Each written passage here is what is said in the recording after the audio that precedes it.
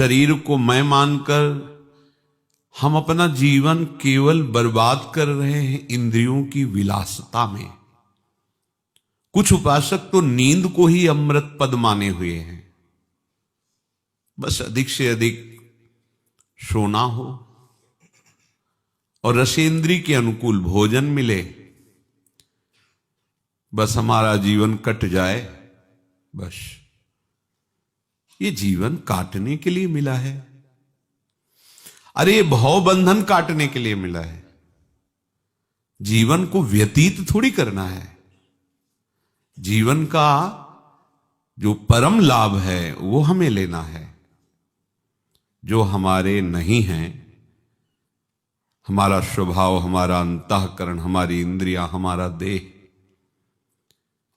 इनको हमने अपना मानकर इनके सुख के लिए घोर बंधन स्वीकार कर लिया। ये मनुष्य जन्म इसी भ्रम को मिटाने के लिए है। ये हमारे नहीं हैं, प्रकृति के हैं। हम प्रभु के अंश, प्रभु हमारे हैं। इसलिए हमें कभी भी विश्राम मिलेगा, किसी भी जन्म में, किसी भी युग में, किसी भी कल्प में, तो प्रभु में मिलेगा। चाहे जितना उपाय करके देख लो, भोग के देख लो, संग्रह करके देख लो, अशांत ही रहोगे, हाथ कुछ नहीं लगेगा। बार बार जन्म, बार बार मृत्यु, कब तक भोगते रहोगे? एक बार तो हिम्मत करो। जब इस मार्ग में आ गए तो कई बार सत्संग में समझाया, संतवाणी से, शास्त्रों के प्रमाण से, कि आप भोजन केवल उतना ही पाइए जो बिना औषधि के आपकी आंतें पचा ले और कब्ज ना होने पावे। यदि आप रसेंद्री के स्वाद के वशीभूत होकर के प्रसाद खूब ग्रहण कर लिए, वातों की सामर्थ्य नहीं है, क्योंकि आप क्रियारत नहीं हैं। अब अभी आपको 8-10 घंटे बराबर क्रिया करनी हो तो पच जाएगा गरिष्ठ पदार्थ, पर आपको क्रिया तो करना नहीं है। ऐसी रसेंद्री के स्वाद के वशीभूत होकर अधिक प्रसाद पालेंगे तो आपसे दिनचर्या नहीं होगी, उदास रहेगा मन।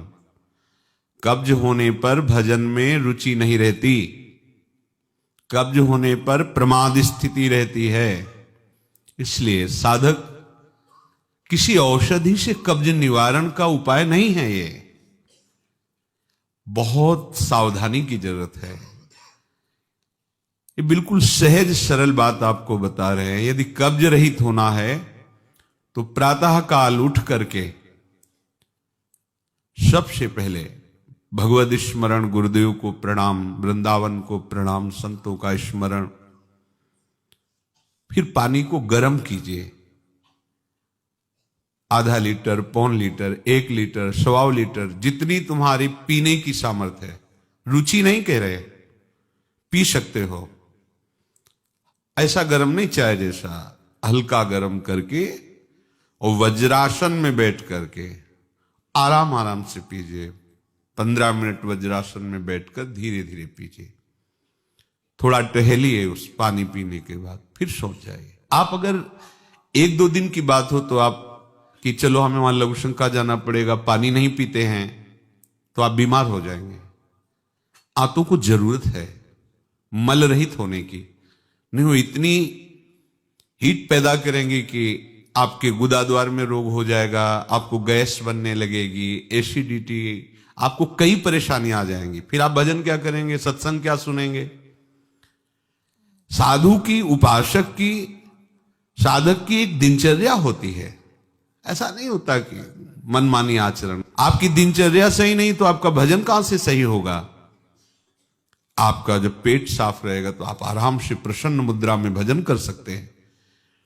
आपकी आंतों की सामर्थ्य ये समोसा, चटनी और ये मूंग का हलवा, ये विविध प्रकार के पदार्थ पचाने की नहीं है। ये उनकी है जो बहुत मेहनत करते हैं, किसान हैं, सेवा कार्यरत हैं। आपको तो बस मूंग की दाल या घिया की सब्जी और 2 रोटी, प्राण पोषण के लिए चाहिए। प्रसाद पाने के बाद आपको लगे कि मैं अभी 2 रोटी पा सकता हूं, इतने में बंद कर दो, क्योंकि हमें पानी भी इसमें डालना है, वायु के लिए भी खाली रखना है, पूरा यहां से नहीं ठांस लेना है। इसके बाद तुम घूमो वैद्यों के पास कि कब्ज है, पेट में गर्मी है, धातु रोग हो गया है, ये सब लक्षण तुम्हारी प्रमाद स्थिति के हैं। मनमानी आचरण, भागवतिक सत्संग के साथ साथ आपकी शारीरिक दिनचर्या के भी सत्संग हुए हैं। ऐसा नहीं कि ऐसी बात पहली बार बता रहे हैं। कब्ज रहेगा तो स्वाभाविक वीर्यपात हो जाएगा। आप गलती के आचरण करेंगे तो नस नाड़ियां इतनी शिथिल हो जाएंगी कि बिना किसी प्रयास के वीर्यपात हो जाएगा। नाना प्रकार की मन की जो वृत्तियां हैं उनको रोकने के लिए पहले हमें थोड़ा शरीर को स्वस्थ रखना है। स्वस्थ रखने का मतलब चर्बी बढ़ाना नहीं है। हल्का भोजन, साधक हो आप, प्रभु के भोग में सब कुछ बन रहा है, वो पा रहे हैं, उनकी महिमा है। हम इतना ले लेते हैं, प्रसाद भी हो गया, अपना जीवन यापन करते हुए भजन कर रहे हैं। कम भोजन, बिल्कुल कम नहीं, पर कम भोजन ये हमारी आध्यात्मिक शक्ति को बढ़ाता है। अधिक भोजन, सात्विक हो तो भी तमोगुण बन जाता है। दूध सात्विक है, आप थोड़ा लेंगे सतोगुण प्रकट करेगा, और आप अधिक मात्रा में ले लेंगे, वही सतोगुण बढ़ाने वाला तमोगुण बढ़ा देगा, प्रमाद स्थिति या ला देगा। पेट साफ नहीं हुआ और डालते चले जा रहे हो तो क्या होगा? आंतों में वो जलन, ताप ऐसा पैदा होगा कि प्लास्टिक की तरह कड़ा हो जाएगा मल, और वही आपके फिर गुदाद्वार रोग और भी कई तरह के रोग। आप समझते नहीं।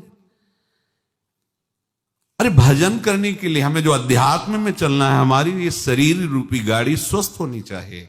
प्रारब्ध वशात अचानक कोई भयानक रोग आता है, वो हमें प्रभु सामर्थ्य देते हैं, नाम भगवान सामर्थ्य देते हैं, हम जिनका जप कर रहे हैं। लेकिन हम प्रमाद स्थिति में, तुम इनको पदार्थों को अच्छा समझते हो क्या? प्राण पोषण के लिए केवल जरूरत है, और ऐसा मत समझे कि अच्छे पदार्थ खा रहे, काहे को तुम मन की चक्कर में फंस रहे हो। संयम से चलो। पेट नहीं साफ हुआ, भोजन नहीं पाना मत। खीरा ले लिया, मूली ले ली, काम चला ले, एक बार दोपहर में पा ले 2 खीरा 2 मूली, बस शांत। प्राण पोषण के लिए हो गया, अपने आप साफ हो जाएगा। सुबह जब पानी पियोगे एकदम साफ हो जाएगा। नहीं, भजन कहां है? कहां है वो वृत्ति जिससे हमें श्यामा श्याम के सुख वाला बनना है? बस यही दुख में घूमते रहो। फिर शाम के बना, दोपहर के बना, सुबह बना, फिर भी तृप्ति नहीं होगी। मान लो मेरी बात, ये माया की चाल है। साधु अपने शरीर पर शासन करता है, इंद्रियों पर शासन करता है। शरीर को जितनी आवश्यकता बस उतना कठोर बनो। इस बात के लिए, अपने लिए कठोर बनो, दूसरे के पवाने के लिए नहीं।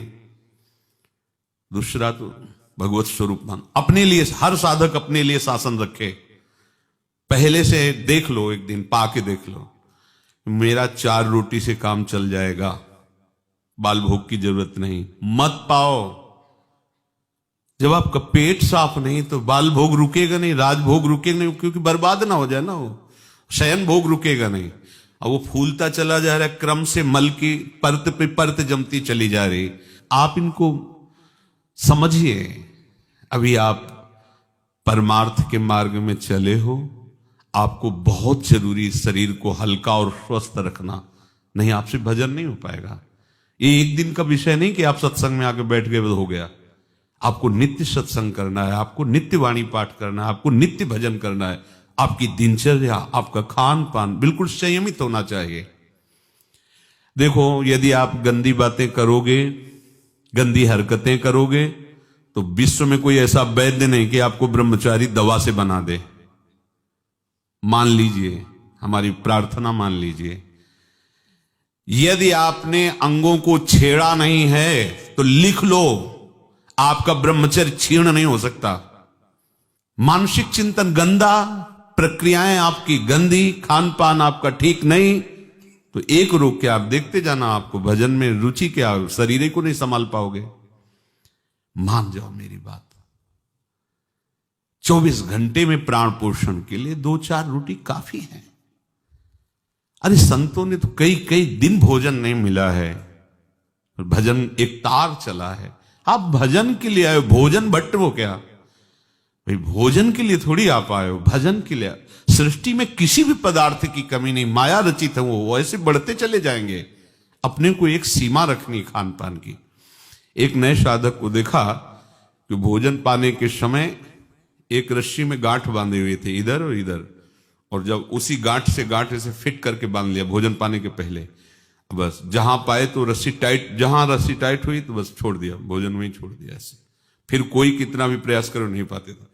ये बाहर है, आंतरिक जितेंद्रियता की बात नहीं, इसकी जरूरत नहीं रस्सी की पेट में बांधने की, पर अच्छा लगा प्रारंभिक स्थिति में। ठीक है कि हाँ जहां टाइट होगा तुम खोल, मतलब बंद कर देंगे, तो उससे पहले ही देख लो कि हमें इतना पाना, ये जहर है और ये जीवन है, दोनों बात समझो। अधिक पौष्टिक पदार्थ आपको ब्रह्मचर्य नहीं रहने देगा। अधिक पौष्टिक पदार्थ आपकी आंतें खराब हो जाएंगी, पच नहीं पाएगा, क्योंकि आपसे सेवा नहीं होती। अगर 8-10 घंटे पसीना वाली सेवा हो कि फावड़ा चल रहा है, आप हल जोत रहे हैं, बड़ी मेहनत कर रहे हैं, दौड़ भाग हो रही, चलता रहेगा, आप पाइए पच जाएगा। अब आपको सेवाएं हैं नहीं, आप मनमानी रसेंद्री की तृप्ति के लिए, ये शरीर तो पांच भौतिक ही है ना।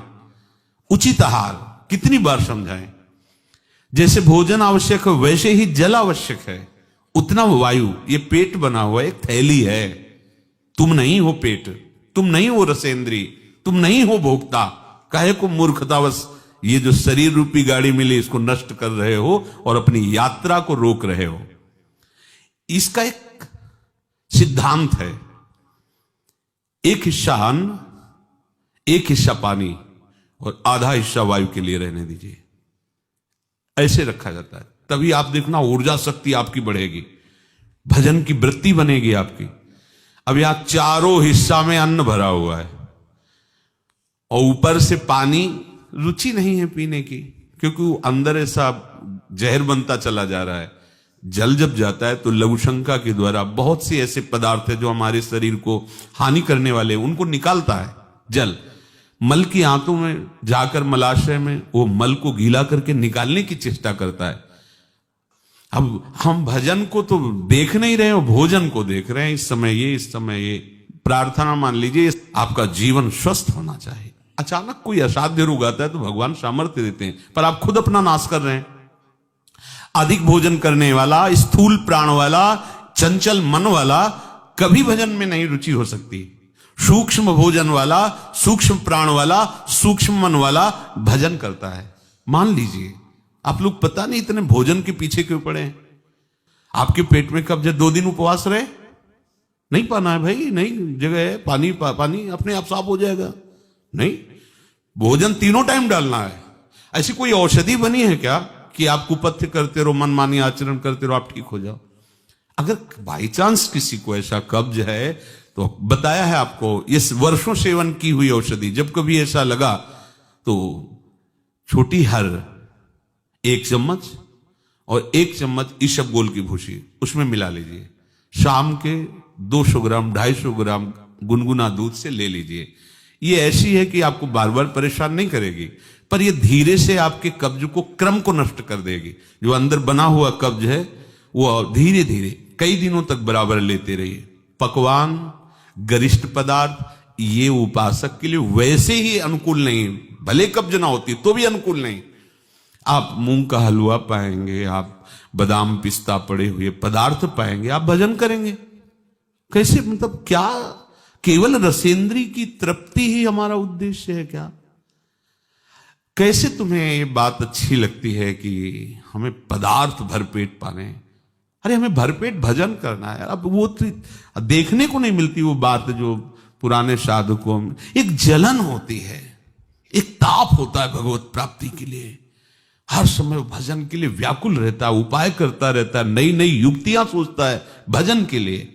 और हम नई नई युक्तियां सोचते हैं भोजन के लिए। आज ये कब तक खाते रहोगे? शरीर को कब तक पोषित करते रहोगे? मरेगा, नष्ट होगा। जिस काम के लिए है वो काम बना लो। ये तुम्हारा शरीर नहीं है, तुम शरीर नहीं हो, ये नष्ट होगा, मान लीजिए।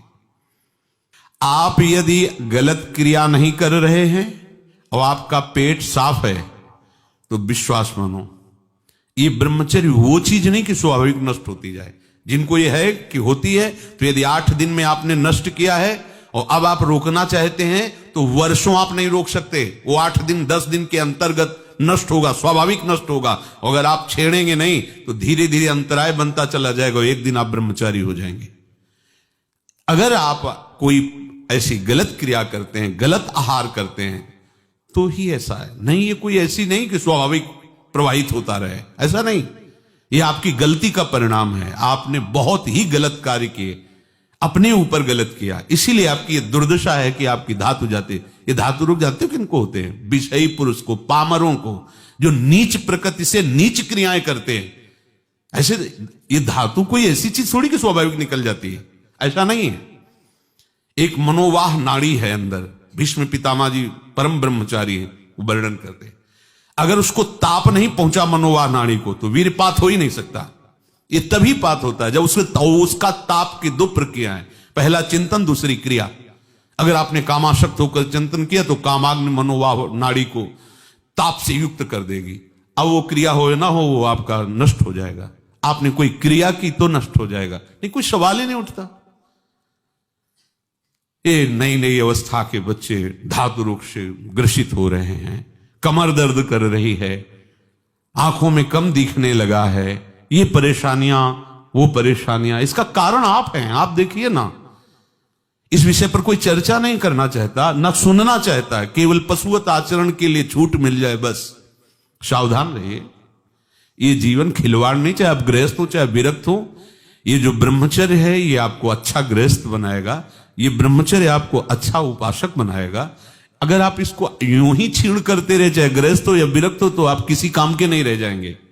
ध्यान रखना, किसी काम के नहीं रहे। कुछ दिनों के बाद आपके शरीर में जगह जगह पीड़ाएं होने लगेंगी, चिंतन आपका सामर्थ्यशाली नहीं रह जाएगा, स्मृति शक्ति आपकी लोप होने लगेगी, और जिसे आज की भाषा में डिप्रेशन कहते हैं, उसके शिकार हो जाओगे। देख लेना, आप देख लेना, मान लेना। ब्रह्मचर्य ऐसी सामर्थ्यशाली, एक बार श्लोक बोलो कंठस्थ हो जाएगा। अगर शरीर स्वस्थ है, कोई अन्य औषधियां या अन्य इस तरह के विकारात्मक पदार्थ अंदर नहीं जाते, और ब्रह्मचारी तो एक बार पूरी बात बोल लो, चाहे जब सुन लेना, वो जीवन में सुनाई दे देगी। आपको स्मृति नहीं, प्रभु की स्मृति नहीं, आपको अपनी दिनचर्या की स्मृति नहीं। साधक का दर्शन मात्र सुख प्रदान करता है। कैसा स्वरूप होता जा रहा है, कैसी आपकी भावना बनती जा रही, कैसी आपकी दिनचर्या होती जा रही। कभी लौट कर देखो ना अपने जीवन में। सबसे प्रार्थना है, केवल प्राण पोषण के लिए ही भोजन है, स्वाद के लिए नहीं है। ये इंद्रियों के विषयों में मत फंसो। कुछ दिन तो आप ऐसा करके देखो। अब ऐसा भी नहीं कि हट करके आप शरीर को नष्ट करने वाला चेष्टा शुरू कर दो, वही हम आधी रोटी पाएंगे या ऐसा नहीं, तो कई दिन चलेगा। युक्ताहार विहार से उचित भोजन करो। कई बार कहा है, शरीर को यदि कमजोरी महसूस हो रही तो दूध ले लिया, नहीं महसूस हो रही तो हाथ जोड़ दिया। नहीं, आवश्यकता नहीं, जब होगी तो ले लेंगे, घर ही तो है ना। आवश्यकता है फल ले लीजिए, नहीं आवश्यकता है नहीं डालेंगे शरीर में। फल क्यों डालें? जरूरत नहीं तो हम क्यों डालें? जितनी आवश्यकता उतना भोजन पाया, नहीं तो राधे श्याम और पाइए आप।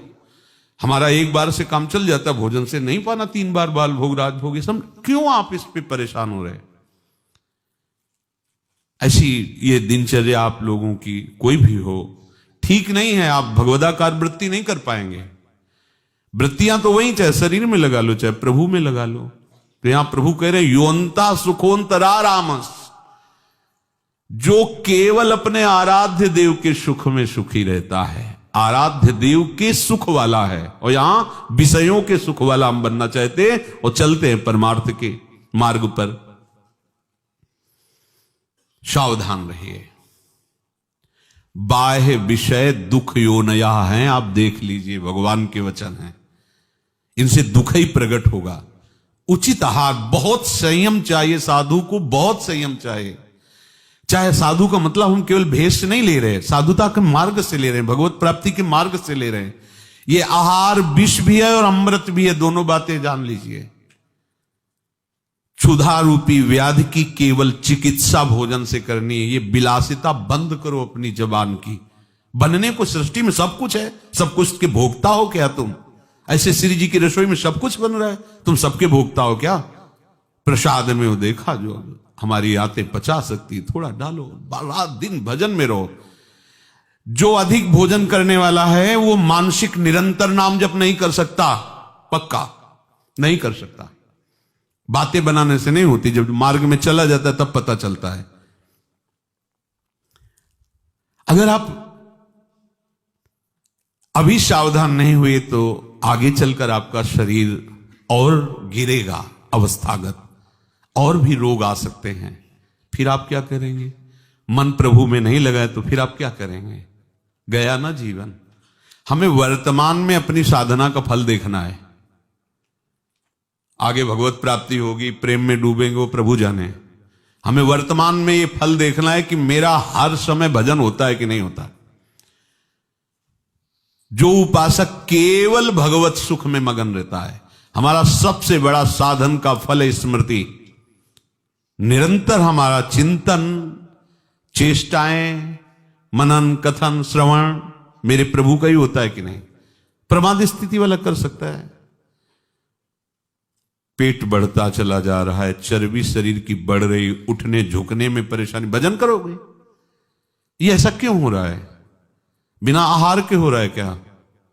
अभी चलो आप ठीक से, अभी सूख जाओगे, अपने आप सही हो जाओगे, तुमको कोई दवा खाने की जरूरत नहीं है।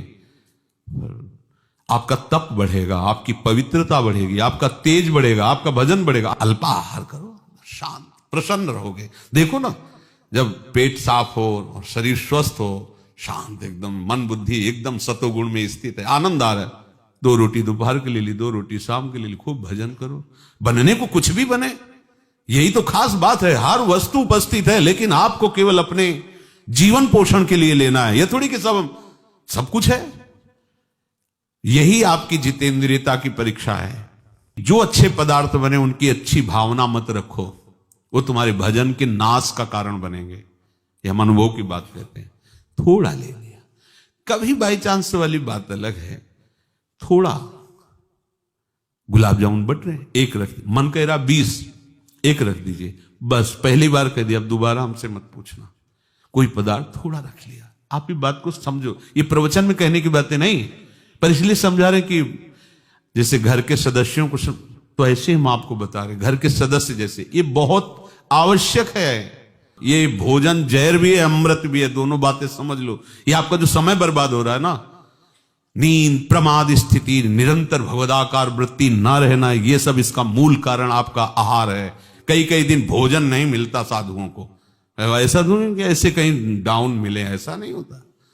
उनका सिंहवत स्वभाव रहता है, क्योंकि संयम, साधु का अस्त्र संयम है, उपासक का अस्त्र संयम है। मान लो आप लोग संयम के मार्ग पर चल रहे हो, उतना केवल भोजन आज से पाओ। हमारी प्रार्थना मान लो, आज्ञा मान लो, उतना पाओ। सेवा में तुम्हें थकान न महसूस हो, प्रमाद स्थिति न हो, पेट में कब्ज न हो, और मन प्रमाद में स्थित न हो। सूखी रोटी और दाल पाने वाले का मन काम चिंतन नहीं करता, ध्यान रखना। वो हलवा, पूड़ी, कचौड़ी, रसगुल्ला खा के देख लो, अगर काम चिंतन न हो तो हमें बताना। ये प्रवचन पर्सनल है, आपके लिए है, अपने लिए है। इसको धारण करो, तभी आगे बढ़ोगे। आप खान पान अपना ठीक नहीं रखेंगे तो साधना आपकी नहीं बनेगी, आप निराश हो जाएंगे भगवत मार्ग से, और प्रमाद स्थिति जरूर आ जाएगी अच्छे पदार्थ पाने वाले को। आप चैन से सो नहीं सकते, इंद्रियां आपको सोने नहीं देंगी।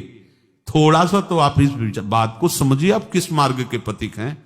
आप अच्छे पदार्थ पाएंगे और चैन से सो जाएंगे, ऐसा कैसे हो सकता है? इंद्रियां बहुत बलवान इंद्री ग्रामो विद्वानमपि कर सती। बड़े ज्ञानियों और विद्वानों को भी भ्रष्ट कर दे वो इंद्रियां, प्रमथन स्वभाव वाली। वो आप रसगुल्ला और हलवा खा करके सोचते हैं कि हम अपनी इंद्रियों पर विजय प्राप्त कर लेंगे। कभी थोड़ा प्रसाद रूप अलग बात है। हमारा मन बुद्धि केवल आराध्य देव में रमण करे। आंतरा रामः, अपने आराध्य। एक दिन कहा था इसी श्लोक की व्याख्या में कि यदि हमारा चित्त प्रभु में रमण कर रहा है तो मृत्यु की ताकत नहीं कि हमें दुख पहुंचा सके। अगर